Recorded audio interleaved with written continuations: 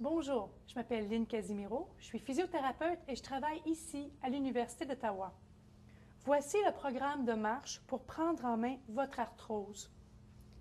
Est-ce qu'un programme de marche aérobique est efficace pour soulager l'arthrose? La réponse est oui, pour soulager la douleur et pour améliorer la mobilité, la flexibilité, la condition physique et la qualité de vie. La marche aérobique est également essentielle pour maintenir un poids santé. Pour perdre du poids, la quantité de calories dépensées doit être supérieure à la quantité de calories que vous mangez. La marche est une activité saine et sans risque qui vous aidera à atteindre cet objectif. Qui peut bénéficier d'un programme de marche? Voici un exemple. Robert et Janine Savard, âgés tous les deux de 68 ans, aiment le plein air.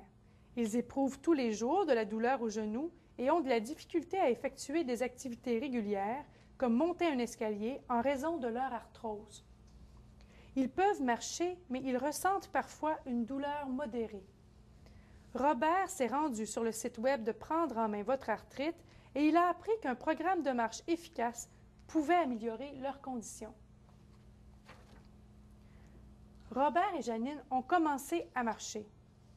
Ils aiment tellement cette activité qu'ils ont encouragé des amis à se joindre à eux. Ils marchent maintenant à différents endroits captivants dans leur communauté.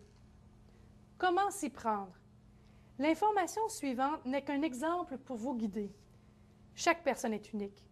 Trouvez un degré d'activité qui vous convient et ajustez votre rythme à ce degré. Nous vous suggérons de pratiquer la marche 3 fois par semaine à raison d'1 heure par séance et de choisir 3 jours non consécutifs. Commencez par un réchauffement en faisant 10 minutes de marche lente. Ensuite, marchez 25 à 45 minutes. Vous devez atteindre la fréquence cardiaque recherchée. Finissez avec la récupération en faisant 10 minutes de marche lente et des étirements pour la souplesse.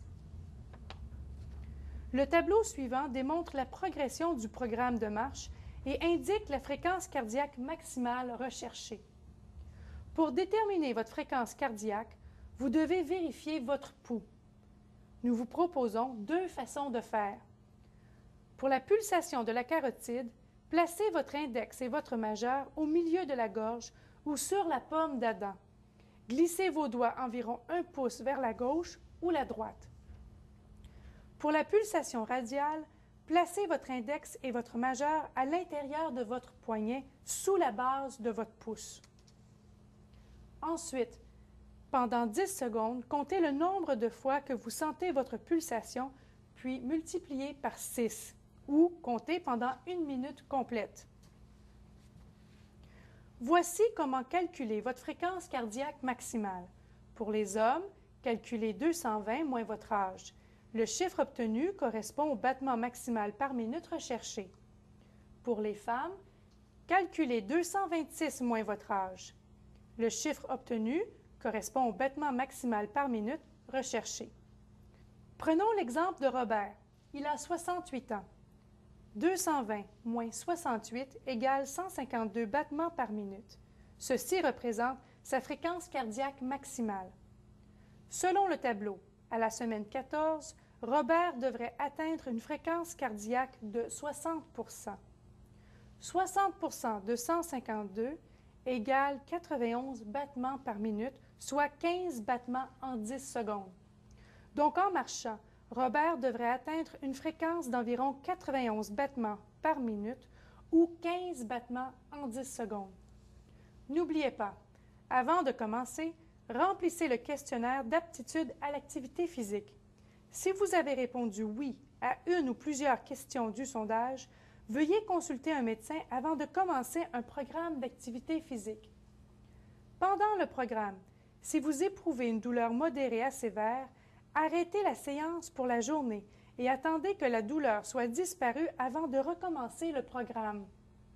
Si la douleur persiste plus de 2 heures après l'activité physique, réduisez l'intensité du programme à la prochaine séance en réduisant le temps ou la vitesse de la marche.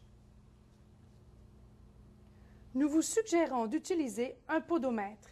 Il s'agit d'une bonne façon de noter la distance parcourue et de se motiver.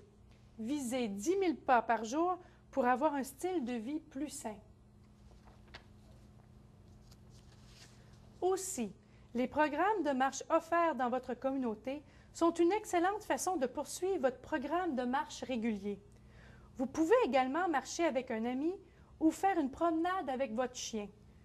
Un autre conseil est de stationner votre voiture à 2 coins de rue de votre destination ou de marcher sur un tapis roulant pendant que vous regardez la télévision. Voici les références que nous avons utilisées.